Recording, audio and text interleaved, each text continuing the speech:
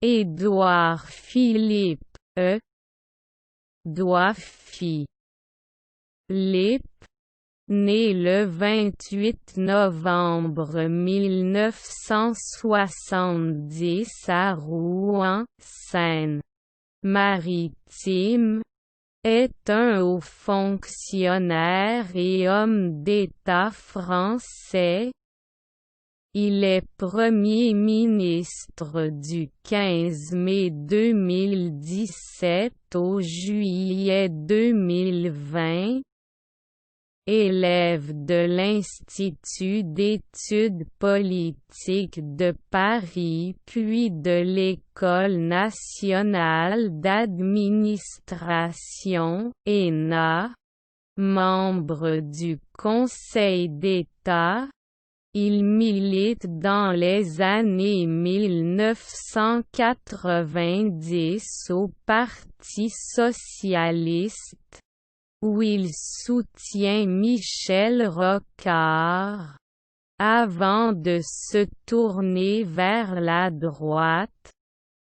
En 2002, il participe à la création de l'Union pour un mouvement populaire (UMP) aux côtés d'Alain Juppé, membre du cabinet de ce dernier au ministère de l'Écologie à partir de mai 2007.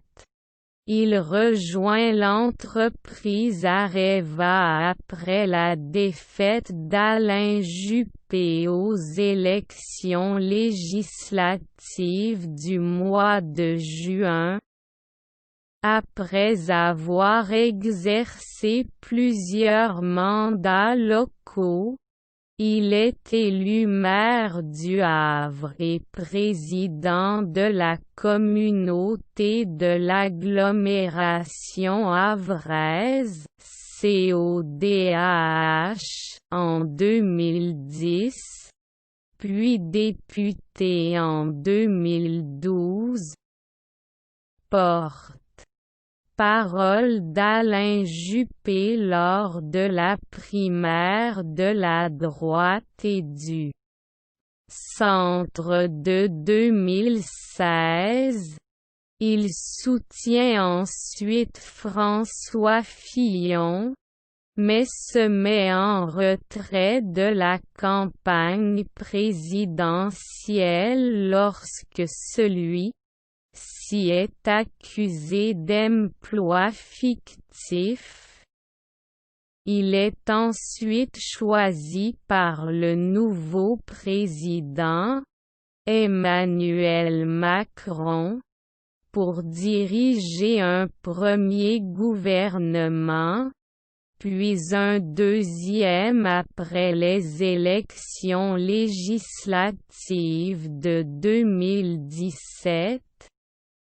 Il démissionne après les élections municipales de 2020 et retrouve le fauteuil de maire du Havre. Situation personnelle. Origine, études et famille. Édouard Philippe naît à Rouen-Donne. Couple d'enseignants de français et grandit dans la banlieue de sa ville natale. Il a une sœur, également professeure de français. Il indique avoir un arrière-grand-père d'hockey membre de la CGT au Havre, et être un pur produit de la méritocratie. Cet arrière-grand-père aurait été parmi les premiers membres du Parti communiste. Élève à l'école Michelet à Rouen, puis au collège Jean Texier au Grand Quevilly et au lycée des Bruyères à Sotteville, Lès, Rouen. Il passe son baccalauréat en 1988 à Bonn, où son père est alors proviseur du lycée français, passant par une Hippocagne BL au lycée Janssen de Sailly à Paris.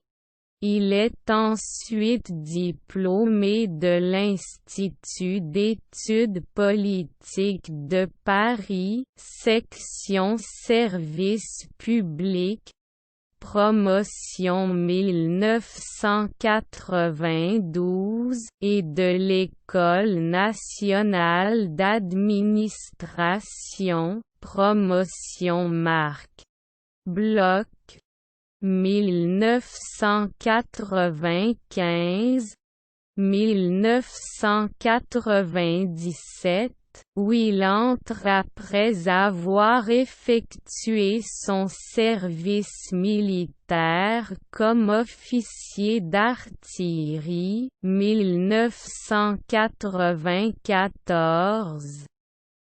Édouard Philippe est marié à Édith Chabre, diplômé de l'ELSCA et de l'Université Lille 2, qui occupe le poste de directrice exécutive de l'École de droit de l'Institut d'études politiques de Paris.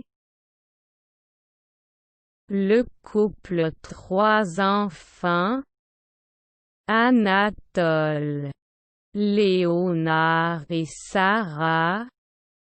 Alors qu'Will est Premier ministre, il annonce être atteint d'un vitiligo, une maladie de peau responsable chez lui d'un blanchissement partiel de la barbe.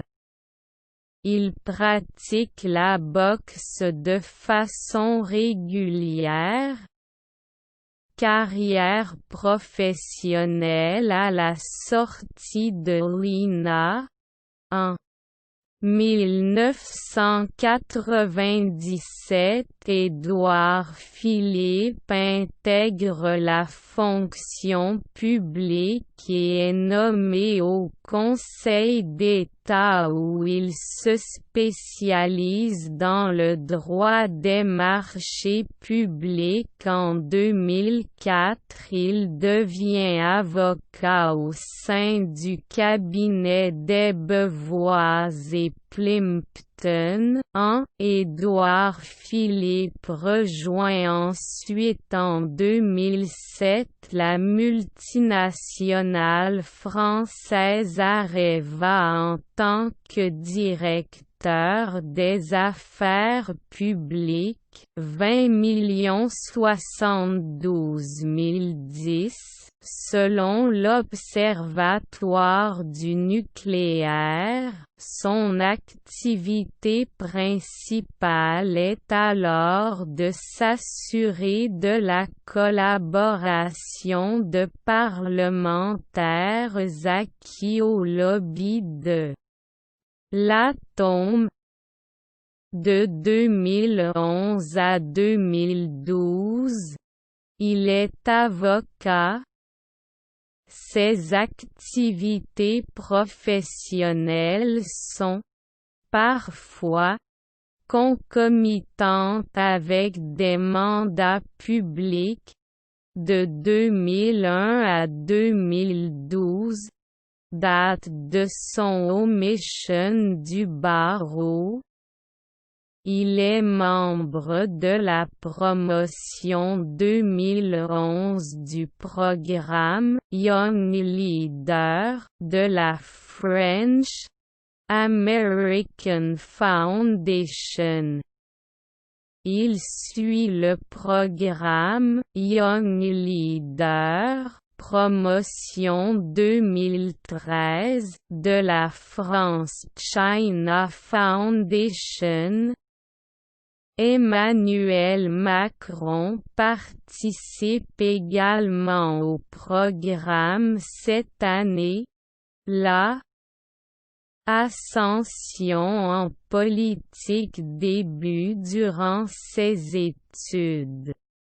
À Sciences Po, il milite 2 ans au sein des clubs rocardiens, Opinion, et au Parti socialiste pour soutenir Michel Rocard, avant de rendre sa carte et de se rapprocher de la droite.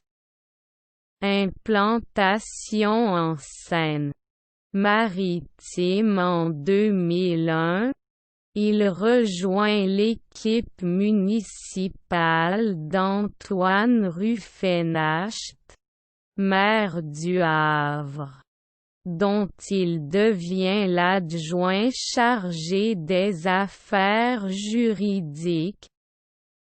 Candidat aux élections législatives de 2002 dans la 8e circonscription de la Seine-Maritime, il est battu au second tour par Daniel Paul, PCF, recueillant 42,5% des voix. Cette même année, Alain Juppé lui propose de participer à la fondation de l'OMP, parti qui vise à rassembler toutes les formations politiques de la droite et du centre dans un grand mouvement populaire.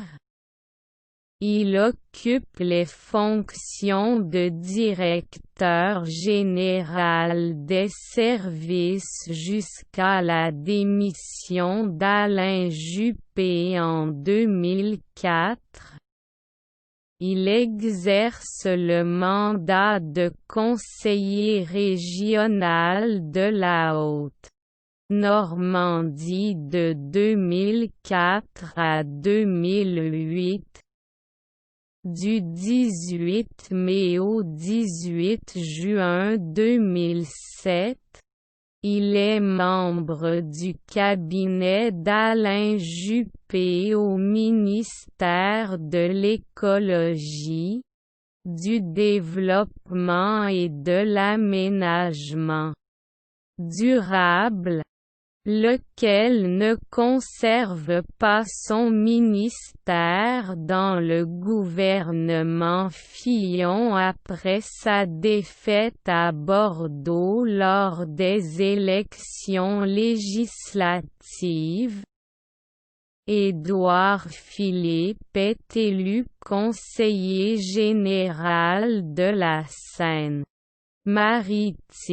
dans le canton du Havre. 5 en 2008. Il est aussi nommé adjoint au maire, chargé du développement économique et portuaire, de l'emploi, de la formation, de l'enseignement supérieur et des relations internationales. En 2009, il devient adjoint au maire chargé de l'urbanisme, de l'habitat, du Grand Paris et du développement portuaire. Conjointement à ses mandats électifs, il est chargé de la défense des intérêts d'Areva jusqu'en 2010.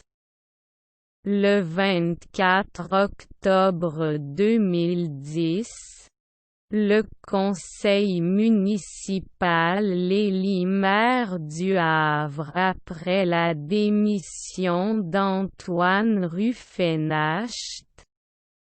Il devient président de la communauté de l'agglomération havraise le 18 décembre suivant. Lors de son mandat, sa mairie fait jeter, en décembre 2012, 8500 portions de mousse au chocolat destinées aux cantines scolaires en raison de la présence de gélatine de porc, interdite à la consommation par plusieurs religions. Jusqu'au 1er août 2012, il est donc avocat inscrit au barreau. Il est le suppléant de Jean-Yves Bessella, député de la 7e circonscription de la Seine-Maritime, Le Havre-Ouest. À partir de 2007, il devient député le 23 mars 2012, après le décès de celui-ci, mais ne siège pas, l'Assemblée nationale ayant suspendu ses travaux pendant la campagne de l'élection présidentielle. Il est élu lors des élections législatives qui suivent, mais compte parmi les députés les moins actifs de la 14e législature. Après s'être opposé aux lois sur la transparence de la vie publique adoptées en réaction à l'affaire Cahuzac, il se retrouve, en 2014, parmi les 23 députés ou sénateurs, sur 1048, dont la déclaration de patrimoine est assortie d'une appréciation de la HATVP, une mention réservée aux manquements d'une certaine gravité. Dans sa déclaration, Édouard Philippe avait écrit « Aucune idée » dans la rubrique consacrée à la valeur de ses biens immobiliers et avait refusé de donner le montant de ses rémunérations d'avocat et chez Areva. En réponse, Édouard Philippe insiste sur l'absence d'infraction en déclarant « Comme beaucoup de parlementaires sans doute, j'y ai essayé de concilier le respect de la loi et une forme de mauvaise humeur ». Sa déclaration de patrimoine est ensuite actualisée. Le 23 mars 2014, la liste Quill mène aux élections municipales est élue dès le premier tour, avec 52 0% des suffrages exprimés, ce qui lui permet d'être réélu par le nouveau conseil municipal le 29 mars suivant. Il est également réélu à la tête de la communauté de l'agglomération havraise ce 29 mars.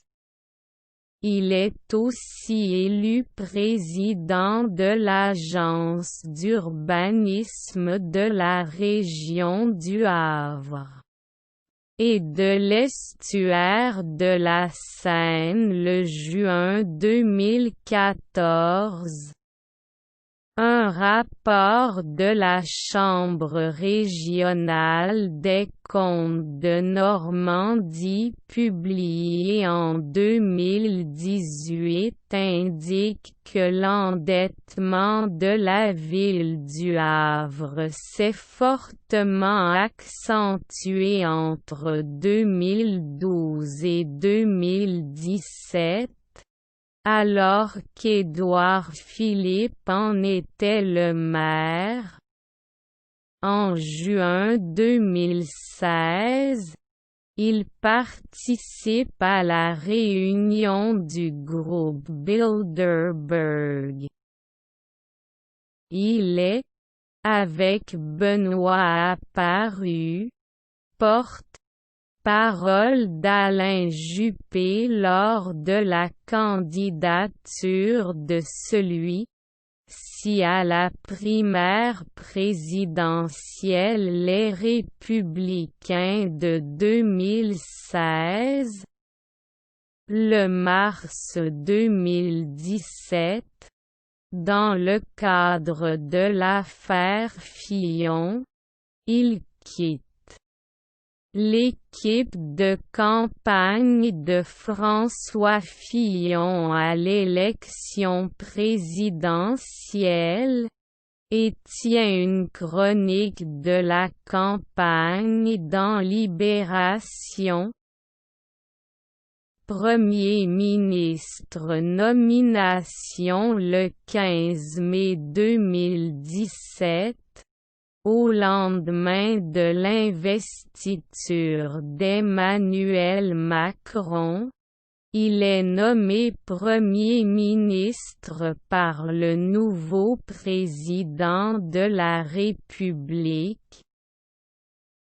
Il devient le troisième plus jeune Premier ministre de la Ve République, derrière Jacques Chirac et Laurent Fabius. Édouard Philippe avait pourtant plusieurs fois critiqué Emmanuel Macron par le passé, raillant en 2014 un ancien banquier de chez Rothschild et mettant en 2016 en parallèle le Macron des actes avec le Macron des discours, ou encore dénonçant début 2017 le fait que Macron n'assume rien mais promet tout et qu'il est le cynisme d'un vieux routier. Sous la Ve République, hors période de cohabitation, c'est la première fois qu'un Premier ministre conduit une politique qu'il n'a pas soutenue pendant la campagne présidentielle et qu'il n'est pas issu d'un mouvement politique soutenant officiellement le chef de l'État. Le secrétaire général des Républicains, Bernard Accoyer, considère alors que par cette nomination, Édouard Philippe s'est placé lui-même en dehors de notre famille politique. Le 31 octobre 2017, le bureau politique des Républicains prend acte de son départ, qu'il n'a lui-même pas annoncé, mais sans l'exclure formellement du parti. Le 18 novembre 2017, lors du congrès de la République en marche, il déclare que les Républicains font mine de prendre acte que je ne serai plus membre.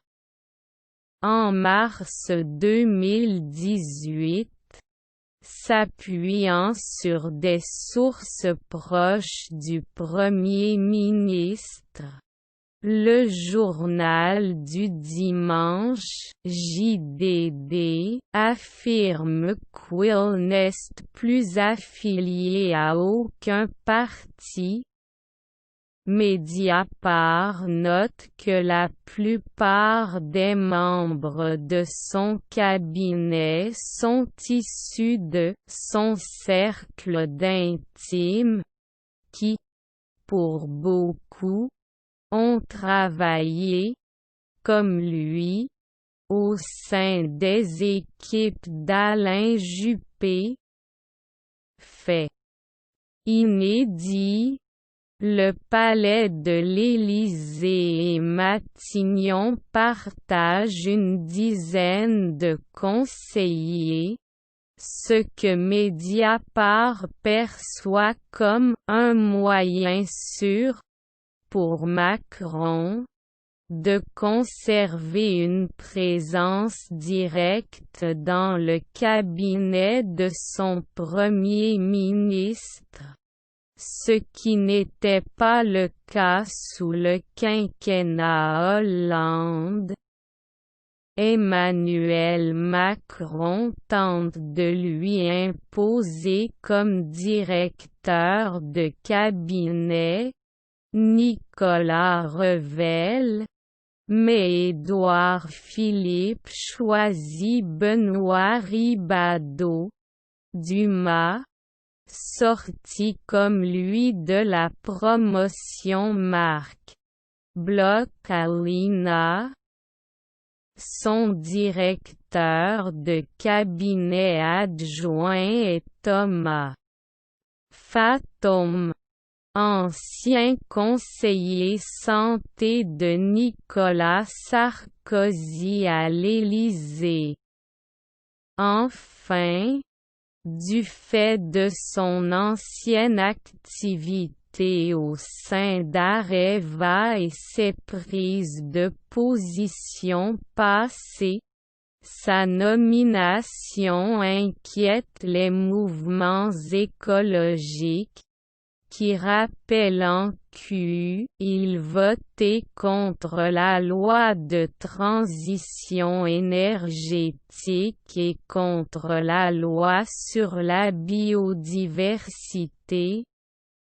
La loi sur le non-cumul des mandats, qui rend incompatible la fonction de maire et de député, devant entrer en vigueur en juillet 2017, il renonce à se présenter aux élections législatives.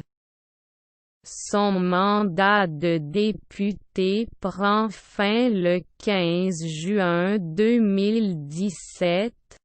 Un mois après sa nomination à Matignon, à la mairie du Havre, il est remplacé par son ancien premier adjoint, Luc Lemonnier, le 28 mai suivant.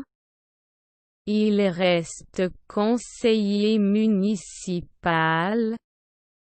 À partir du octobre 2018, à la suite de la démission de Gérard Collomb, Édouard Philippe assure l'intérim à la tête du ministère de l'Intérieur, dans l'attente de la nomination d'un nouveau ministre. Christophe Castaner lui succède le 16 octobre suivant, ce qui fait de cet intérim d'Édouard Philippe Place Beauvau le plus long de la Ve République. Exercice de la fonction état d'urgence parmi les premiers projets de loi prévus par le gouvernement. Le Monde révèle, le juin 2017, qu'Emmanuel Macron et Édouard Philippe entendent inscrire l'état d'urgence dans le droit commun. Ce projet de loi est sévèrement critiqué par le New York Times qui estime que celui-ci légaliserait de façon permanente l'état d'urgence décrété par François Hollande et juge que les mesures inscrites dans ce texte ont peu contribué à lutter contre le terrorisme, pas davantage que les lois déjà existantes, tout en menaçant réellement les droits des citoyens. Pour le quotidien américain, il est alarmant que le pouvoir exécutif cherche à consacrer l'état d'urgence dans le droit commun et forge ainsi un frein permanent au droit constitutionnel des citoyens français.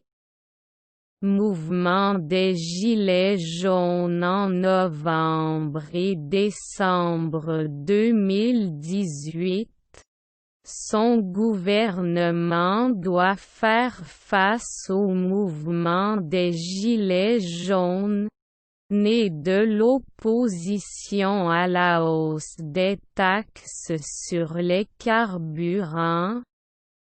L'implication personnelle du Premier ministre pour la limitation de vitesse du réseau routier à 80 km/h, hors autoroute, voies rapides et agglomérations, contre la volonté d'Emmanuel Macron, aurait également joué un rôle dans le renforcement du mouvement. Son attitude durant le conflit lui attire des critiques et entraîne une forte baisse de sa cote de popularité, qui se rapproche de celle du chef de l'État. Après avoir promis le maintien de la hausse des taxes, il annonce le décembre un moratoire de 6 mois sur la mesure. L'Élysée revient cependant sur cette annonce le lendemain, faisant savoir que la hausse est annulée pour l'ensemble de l'année 2019. Les médias avancent alors des tensions naissantes entre le chef du gouvernement et le président de la République. Réforme des retraites en février 2020. Dans le cadre de la réforme des retraites et alors que la gauche multiplie les amendements à l'Assemblée nationale, il recourt à l'article 49.3 de la Constitution afin de faire adopter le texte sans vote, ce qui est dénoncé comme un passage en force par l'opposition. Pandémie de Covid-19 en 2020. Il est en première ligne dans la gestion de la pandémie de Covid-19. Qui interrompt l'examen de la réforme des retraites. Le 13 mars, il réitère sur TF1 que le port d'un masque de protection est inutile en population générale, avant de faire volte. Face au début du mois suivant, alors que le Conseil scientifique Covid-19 recommandait de laisser les écoles fermées jusqu'en septembre, il annonce leur réouverture progressive à partir du 11 mai. Comme durant la crise des Gilets jaunes, la possibilité de son remplacement est régulièrement évoquée par les médias. Ceux-ci font état de divergences de vues avec le président de la République, qui se plaindrait d'une trop grande rigidité du Premier ministre, notamment sur la question de la gestion du déconfinement. Dans le même temps, il apparaît plus constant et sobre qu'Emmanuel Macron dans la gestion de la crise, ce qui lui permet de voir sa cote de popularité dépasser celle du président à un niveau inédit depuis le début du quinquennat. Élections municipales de 2020 et démission le 31 janvier 2020. Il annonce être de nouveau candidat comme tête de liste aux élections municipales au Havre, en excluant de devenir maire tant qu'il restera Premier ministre, mais sans exclure d'exercer cette fonction à plus long terme dans un premier temps, avant d'affirmer, entre les deux tours, qu'il entend devenir maire après avoir quitté Matignon. envisageant pour la première fois publiquement que son départ du gouvernement intervienne beaucoup plus tôt que la fin du quinquennat. Sous la Cinquième République, il est le quatrième Premier ministre à se présenter à des élections municipales tout en étant en exercice à Matignon, et le premier depuis Alain Juppé à Bordeaux en 1995. Ses fonctions de Premier ministre le contraignent à limiter ses déplacements de campagne. Son programme prévoit la réfection du stade Gagarine, une troisième ligne de tramway, la plantation d'arbres, le développement de l'université et des places supplémentaires en crèche. Il arrive en tête du premier tour avec 43,6% des voix, devant Jean-Paul Lecoq, PCF, qui recueille 35,88% des suffrages. Entre les deux tours, il promet dans les 6 premiers mois de son mandat un effort considérable d'aide aux personnes, aux entreprises, aux associations, aux acteurs de la vie culturelle, aux jeunes qui ont pu décrocher en raison de la crise liée à la pandémie.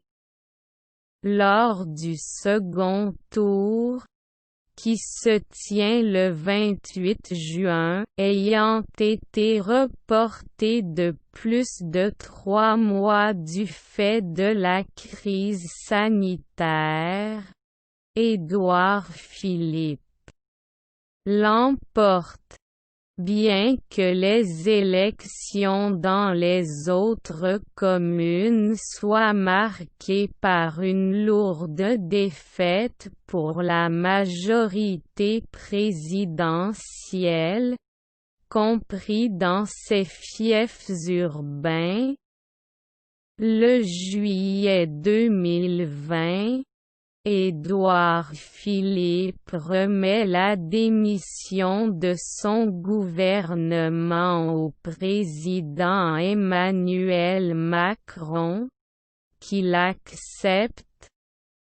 Jean Castex lui succède le jour même, après Matignon. Après avoir quitté ses fonctions de Premier ministre, Édouard Philippe est réélu maire du Havre par le conseil municipal de la ville le juillet 2020.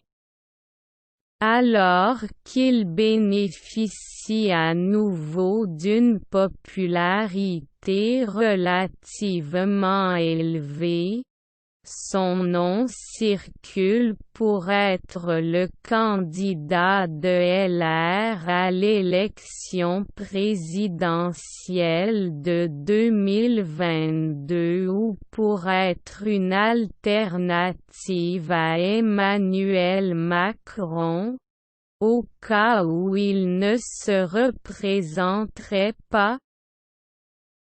Peu après, il est élu à la présidence de la communauté urbaine Le Havre Seine Métropole. Le procureur général près la Cour de cassation annonce, le juillet, l'ouverture d'une information judiciaire visant Édouard Philippe, l'ancienne ministre de la Santé Agnès Buzyn et son successeur Olivier Véran, pour leur gestion de la crise sanitaire liée à la COVID-19. Prise de position écologie. Sa réputation d'anti-écologiste, commencée avec ses responsabilités à Areva, est renforcée par son opposition à la loi relative à la transition énergétique pour la croissance verte, 2015, et à la loi pour la reconquête de la biodiversité, de la nature et des paysages, 2016. Il est également critiqué pour son soutien au maintien d'une centrale à charbon au Havre.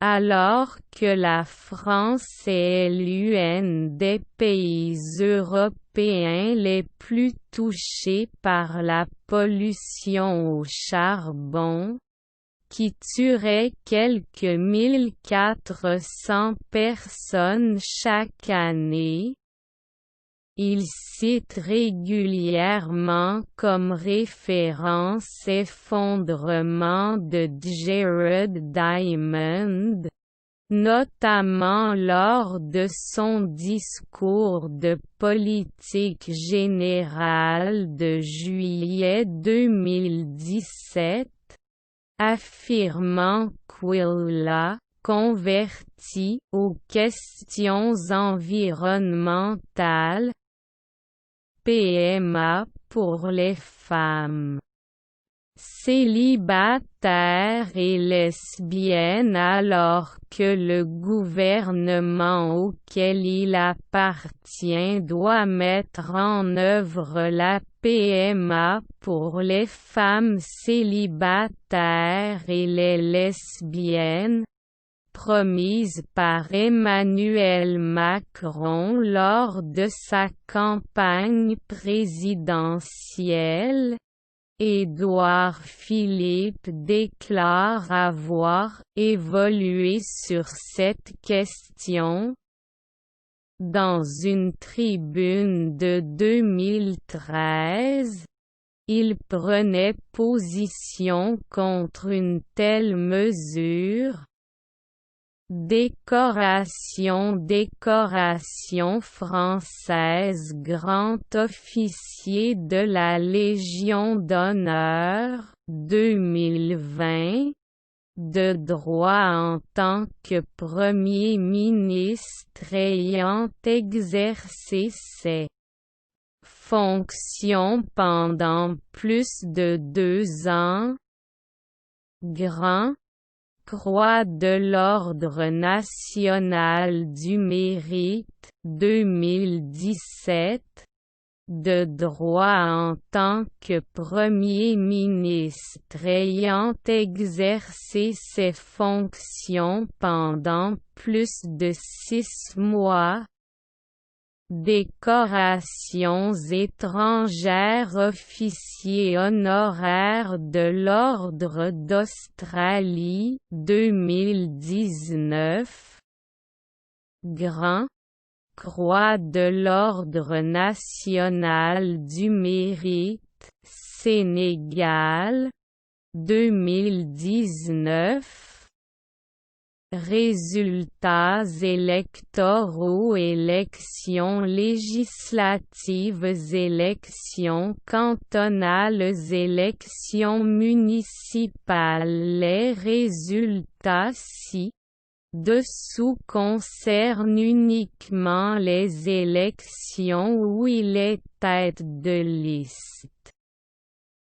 Publication. Édouard Philippe est le co-auteur de 2 œuvres de fiction et d'un essai avec Gilles Boyer. L'heure de vérité. Éditions Flammarion. Col. Fiction politique. 1er mars 2007. 447 p. ISBN 2 08 123 772 5 et 978 2 08 123 772 8 avec Gilles Boyer. Dans l'ombre. Édition Jean-Claude Lattès. Col. Roman contemporain. 2011. 400 p. ISBN 2 7096 3755 3 et 978 2 7096 3755 8 Des hommes qui lisent. Édition Jean-Claude Lattès. Juillet 2017. 250 p. ISBN 2 70 966 143 8 et 978 2 70 966 143 0. En 2015, il préface l'ouvrage de Daniel Knapp, Promenade avec Oscar Niemeyer, publié aux éditions Petit à Petit. Voir aussi documentaire 2015. Édouard, mon pote de droite. Épisode 1. Le Havre. Réalisé par Laurent Sibien pendant la campagne des élections municipales de 2014 au Havre. Il s'agit d'une série de films montrant une facette de la construction de la politique contemporaine au travers d'Édouard Philippe, dans ses apparitions publiques. Comme de façon plus personnelle dans son bureau. Le premier volet a été diffusé sur France 3, le 10 août 2016, dans la collection Docs interdits 2018. Édouard, mon pote de droite, épisode 2.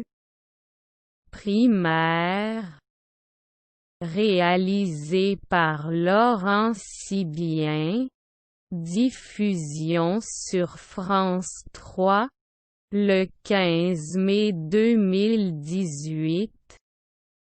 2018. Édouard, mon pote de droite, épisode 3. Aux manettes, réalisé par Laurent Sibien, diffusion à venir. Article connexe gouvernement Édouard Philippe liste des maires du Havre liens externes notices dans des dictionnaires ou encyclopédies généralistes.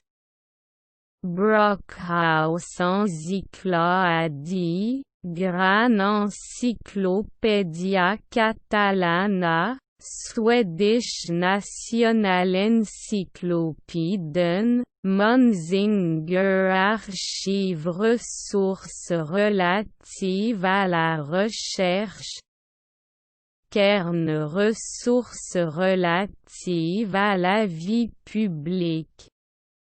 Assemblée nationale haute autorité pour la transparence de la vie publique Baisse Comores vie publique Notes et références Notes références Portail du Havre Portail de la politique française Portail de la Cinquième République Portail de l'Union européenne